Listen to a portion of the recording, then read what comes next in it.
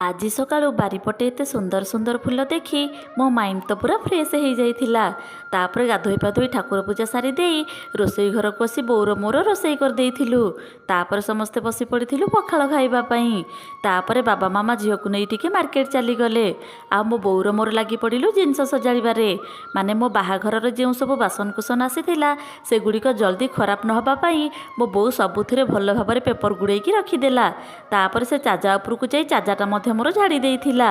ଆଉ ଏପଟେ ମୋ ଚୁଡ଼ି ଗୁଡ଼ାକୁ ମୋର ସଜାଡ଼ିକି ସବୁ ରଖିଦେଇଥିଲି। ମୋ ବୋଉ କିଛି କୋଳି ଖଟା ଆଣିଥିଲା।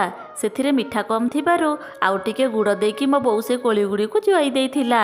ତାପରେ ସମସ୍ତେ ଦ୍ୱିପହର ଲଞ୍ଚଟା କରିଦେଇଥିଲୁ।